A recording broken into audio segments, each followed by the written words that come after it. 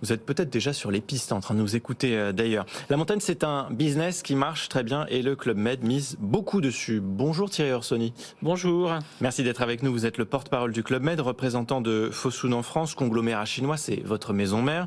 La montagne, d'abord, c'est un pari gagnant que vous avez fait et maintenant vous constatez que effectivement c'était une bonne idée. Mais on considère qu'effectivement la montagne et effectivement l'envie de vacances à la montagne est quelque chose qui est de plus en plus demandé à l'échelle mondiale. On est présent évidemment dans les Alpes en Europe, mais on est aussi présent en Asie, en Chine et au Japon, et on se renforce également en Amérique du Nord. On a un village au Québec et on a des projets dans le Utah. Jean-Marc. Oui, alors vous avez au total combien de villages maintenant du Club Méditerranée? Et ensuite, la deuxième question que je voudrais vous poser, le Club Méditerranée, pour beaucoup, c'est les bronzés font du ski et tout ça. Ça a évolué comment, le Club Méditerranée? Est-ce que c'est toujours le géo, tout ça, ou est-ce que c'est quelque chose un peu modernisé? Alors, ça a déjà évolué de manière sémantique, puisque c'est le Club Med maintenant. Oui. Et on a 67 villages dans le monde. Et depuis une vingtaine d'années, sous l'impulsion d'Henri Giscard d'Estaing, le Club Med a opéré une montée en gamme. Et pour vous donner un exemple, il y a encore une quinzaine d'années, les villages haut de gamme du Club Med, c'était 25%. En 2023, ça sera un nombre d'environ 97%.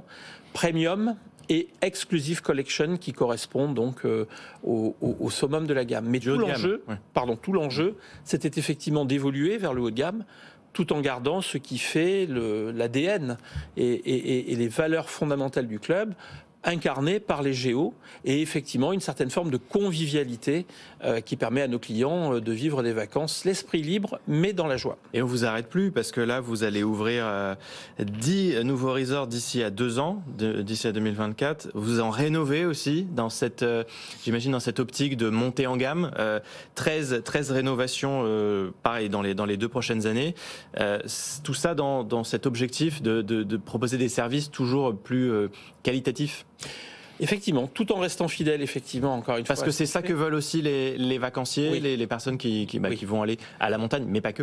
Alors, pas que, puisque aujourd'hui, on constate à la fois un fort engouement, une forte envie de vacances, ce qu'on a pu appeler le revenge travel, après les moments et les années difficiles qu'on a connues.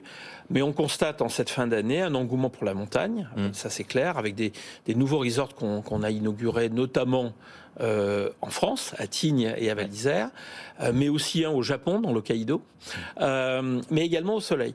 Et ce qui est clair, c'est que le Club Med a une politique de développement ambitieuse avec ses partenaires financiers, puisqu'on est sur un modèle asset light, on n'investit pas directement, mais grâce à ce que représente et ce qu'incarne cette marque, on a un certain nombre de partenaires qui sont prêts à nous accompagner pour développer des villages partout dans le monde. Et puis le all inclusive, on voit que le succès du all inclusive ne se dément pas. Aujourd'hui, c'est essentiellement des familles que vous accueillez, 70% de votre clientèle.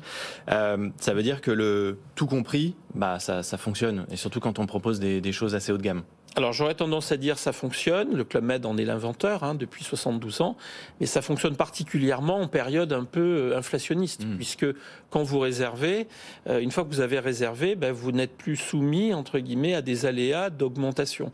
Et si en plus vous réservez tôt, quand on ouvre nos réservations tôt, on propose à nos meilleurs clients effectivement de bénéficier d'un discount. Donc le tout compris est effectivement quelque chose qui Il y a un argument économique d'avoir à repayer. Et votre client